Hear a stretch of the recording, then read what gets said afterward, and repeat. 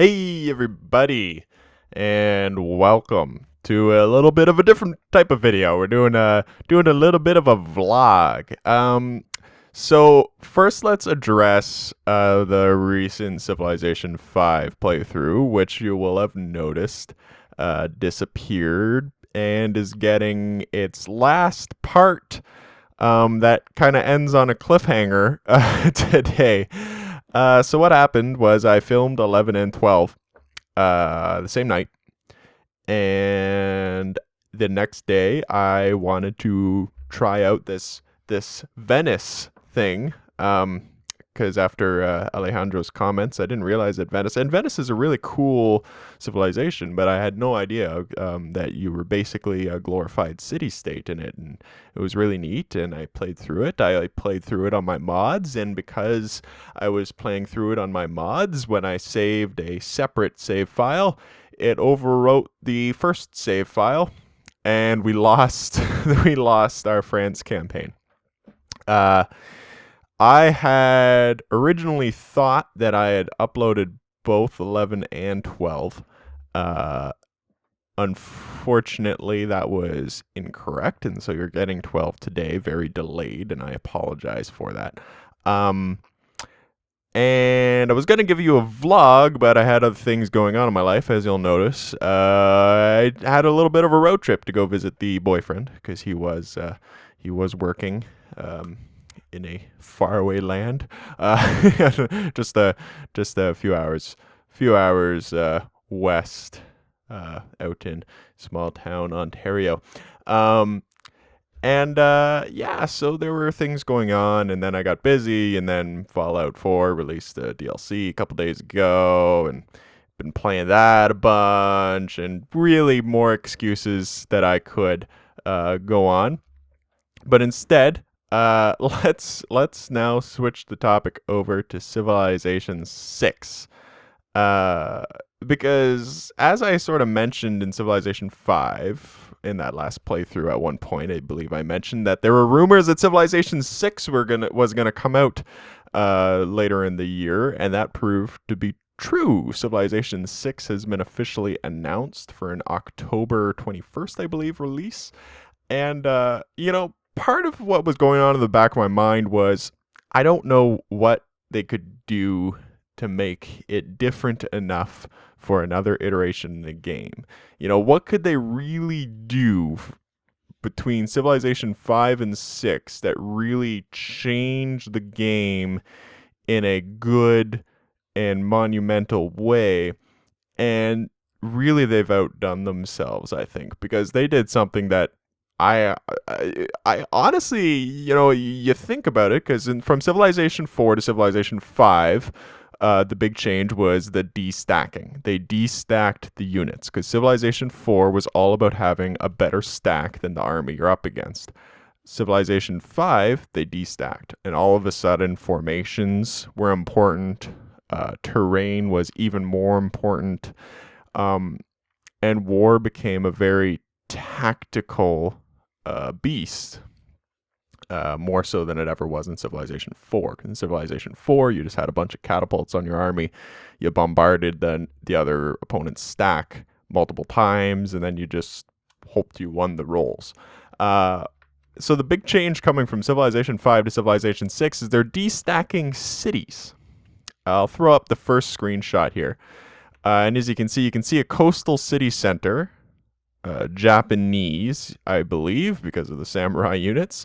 But you'll also notice several other city centers. Right next to the main coastal city is what looks to be a cultural city center that takes up its own hex. It's got the amphitheater there, and it looks to have like dinosaur bones and things like that. And so that's a cultural center. So all the cultural buildings would be located on that tile. A few tiles north of that looks to be a military encampment. It looks like you got barracks, you got military tents, and that's where units would be built from. You've got a production tile over to the right. I don't know if that's just a standard lumber mill or if that's an actual production tile.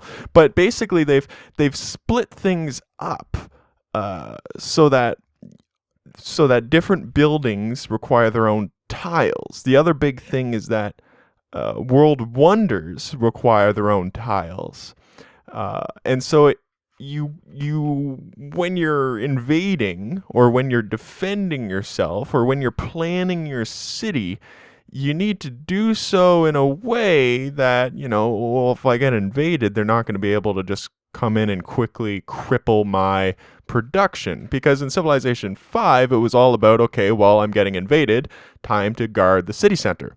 But if you guard only the city centers, and you're leaving your production tiles open, or you're leaving your military production tiles open, then you're going to get wiped out. And so all of a sudden, every tile on the battlefield potentially has huge importance.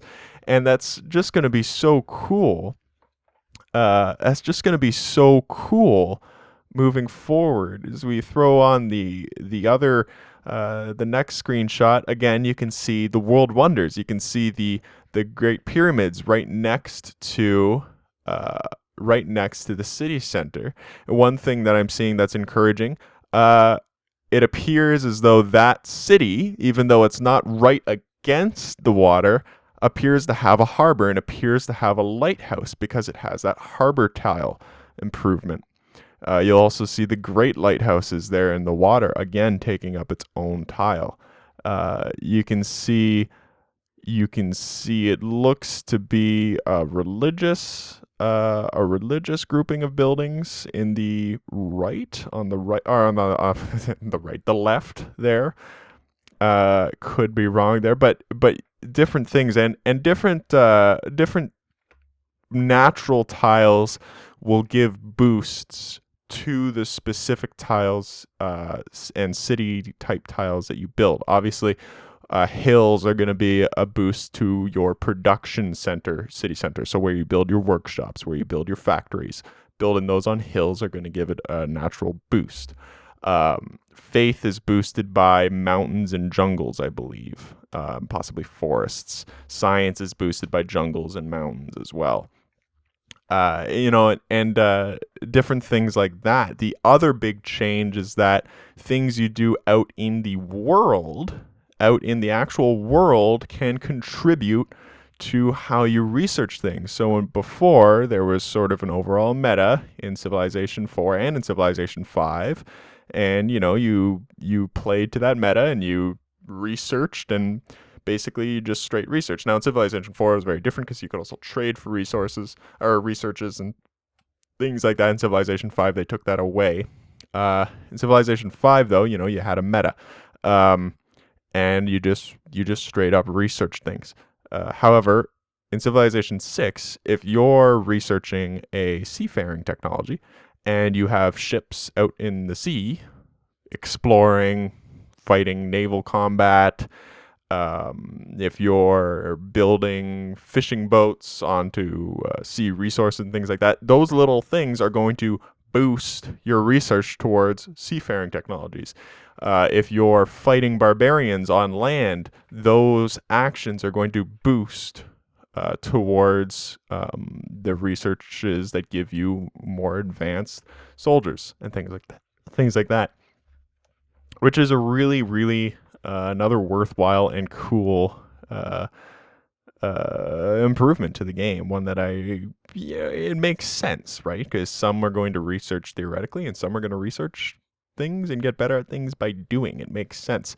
Moving on to the next screen capture. Again, we appear to have a Japanese city again. We've got the samurais. We've got could be the Colossus, although it doesn't look like the Colossus, so I'm not entirely sure. That might be a new wonder, because the Colossus of Rhodes typically is displayed having his 2 feet on separate pedestals. So is that like a Poseidon type statue? I don't know what that is. If you know what that is, speak up. Yeah, and then again, you see the religious. You see several religious tiles. It looks like. Because it looks like there's 2 cities. It looks like there's a big coastal city on the right and a smaller city on the left, perhaps. And you've got the shrines. It looks like a shrine, a temple, and a pagoda right beside the city on the left. And then you've got another religious center across the mountain. And then it looks like a grand temple or some sort of religious world wonder beside that on the other side of the mountain. Of course, you've got ships out in the sea.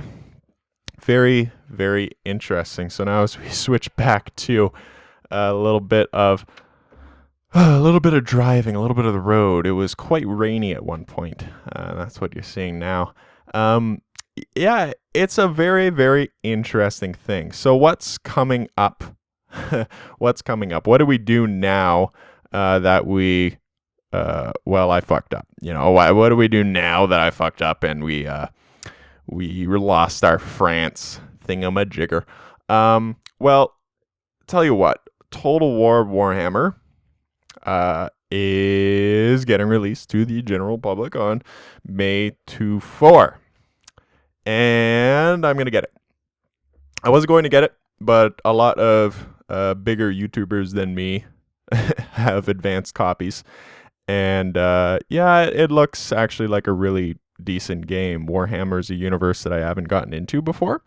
But I'm very interested, and obviously I have experience in the Total War universe. I played Rome extensively, Rome 2, Shogun 2 extensively, so I'm quite interested in exploring that universe.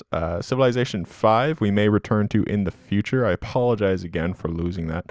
The thing about Rome or Warhammer Total War is I can't guarantee that you're going to get any episodes soon. The reason being is I'm taking a trip out to Chicago with my dad and brother on next Friday, which isn't going to give me a whole lot of time between Tuesday and Friday, because I am showing my family my new house that I finished buying, which is the other update. So you might not see Total War Warhammer until the beginning of June, but I apologize for kind of going dark for a couple of weeks there, and I apologize again for losing our France playthrough, and I will see you all next month.